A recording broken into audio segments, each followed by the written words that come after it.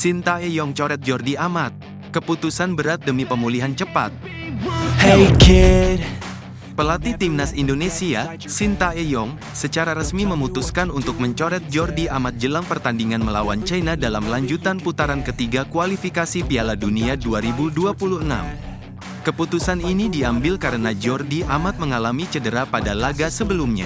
Dalam pertandingan melawan Bahrain, Jordi Amat sempat dimainkan sebagai starter, namun terpaksa ditarik keluar pada jeda babak pertama akibat cedera tersebut. Setelah sesi makan siang tim pada hari Senin, dipastikan bahwa Jordi akan kembali ke klubnya, Johor Darul Takzim. Jordi Amat, yang kini berusia 32 tahun, berpamitan kepada rekan-rekannya untuk fokus pada pemulihan cedera yang dialaminya. Ia menyampaikan, dengan berat hati, saya harus meninggalkan tim lebih awal. Saya harus fokus pada pemulihan, yang berarti saya tidak bisa bermain melawan Tiongkok nanti. Meskipun demikian, ia tetap memberikan dukungan penuh kepada tim, berharap mereka bisa meraih kemenangan dalam pertandingan tersebut dan menyatakan keinginannya untuk kembali bergabung dengan tim di bulan depan. Meskipun kehilangan Jordi Amat, Sintayong tidak terlalu khawatir karena masih memiliki sejumlah pemain bertahan yang berkualitas di timnas Indonesia. Di antaranya ada Miss Hiljes, J.I.Z., Rizky Ridho, Muhammad Ferreri, dan Wahyu Prasetyo yang siap menggantikan posisi Jordi Amat di lini belakang. Kehadiran para pemain ini memberikan kepercayaan diri bagi tim dalam menghadapi China. Timnas Indonesia dijadwalkan untuk melakoni pertandingan matchday keempat melawan China di Stadion Qingdao Youth Football. Sintayong dan timnya berambisi meraih 3 poin pertama di ajang ini demi memperbaiki posisi mereka di klasemen grup C. Tekad kuat untuk meraih kemenangan ini akan menjadi modal penting bagi mereka dalam persaingan di kualifikasi Piala Dunia 2026. Pelatih Persebaya puji penampilan Malik Rizaldi. Hey kid. Laga ketiga kualifikasi Piala Dunia 2026 zona Asia antara Indonesia dan Bahrain pada Kamis lalu meninggalkan kesan mendalam bagi penyerang merah putih, Malik Rizaldi. Malik Rizaldi dipercaya oleh pelatih timnas Indonesia, Sintayong, untuk tampil sejak menit pertama melawan Bahrain, yang menjadi laga debutnya bersama Garuda. Penyerang berusia 27 tahun ini menjawab kepercayaan tersebut dengan penampilan yang apik, meskipun ia mengalami luka di pelipisnya saat berduel dengan Kapten Bahrain, Walid Al-Hayam, kurang dari 5 menit laga bergulir. Akibat dari duel tersebut, Malik terkapar di lapangan dengan luka yang mengeluarkan darah. Tim medis timnas Indonesia segera mengambil tindakan dengan menutupi lukanya menggunakan perban. Meskipun darah beberapa kali terlihat mengucur, Malik tetap melanjutkan pertandingan hingga akhirnya ia digantikan oleh Marcelino Ferdinand pada menit ke-58. Meskipun mengalami cedera, Malik menunjukkan semangat yang luar biasa dalam pertandingan. Setelah laga, Malik Rizaldi mengabarkan bahwa ia baik-baik saja. Halo Garuda fans, saya baik-baik saja.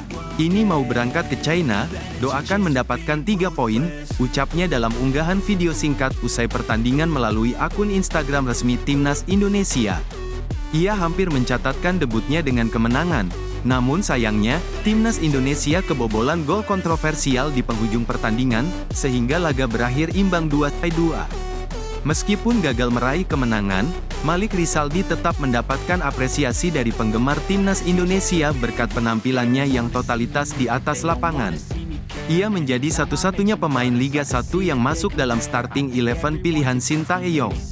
Pelatih Persebaya Surabaya, Paul Munster, juga mengomentari penampilan Malik, menyatakan kebanggaannya dan memberikan pesan khusus kepadanya.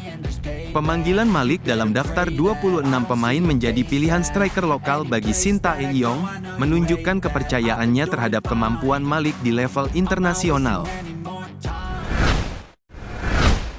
Kejar target selanjutnya, PSSI kebut cari pemain berkualitas. Hey kid.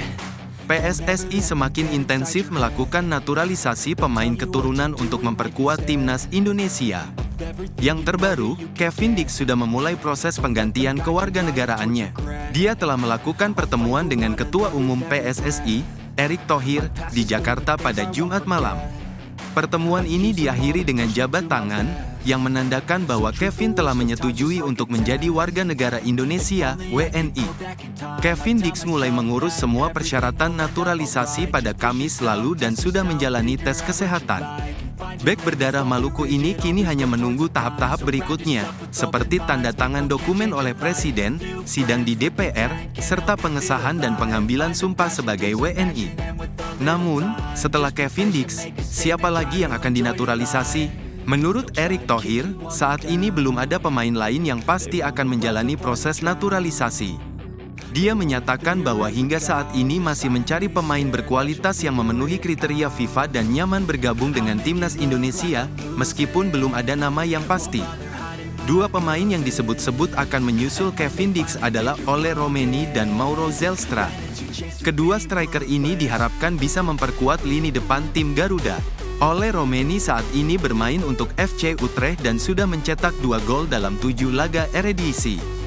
Sementara itu, Mauro Zelstra baru saja bergabung dengan Volendam U21 setelah kontraknya dengan NEC Nijmegen U21 berakhir pada Juni tahun 2024. Tiba lebih dulu dari China.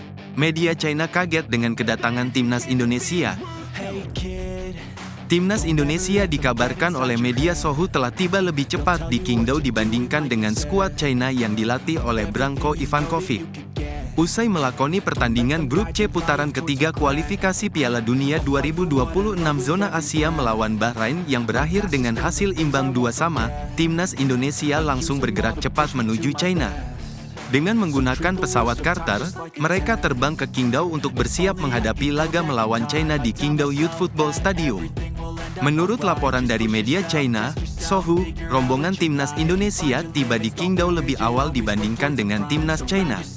Unggahan terbaru di akun Instagram resmi timnas Indonesia juga menunjukkan bahwa Maarten Paes dan rekan-rekannya sudah menjejakkan kaki di China dan disambut oleh Perhimpunan Pelajar Indonesia Tiongkok, Shandong.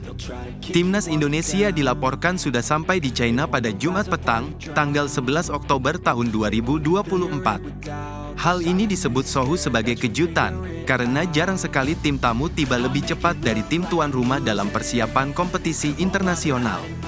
Timnas Indonesia, yang datang setengah hari lebih awal, menunjukkan keseriusan dan persiapan penuh mereka dalam menghadapi pertandingan melawan China. Sementara itu, skuad China baru tiba di Qingdao pada Sabtu pagi, tanggal 12 Oktober tahun 2024, setelah bertanding melawan Australia. Skuad China sendiri juga menggunakan pesawat charter setelah pertandingan mereka di Adelaide, Australia, yang berakhir dengan kekalahan 1-3.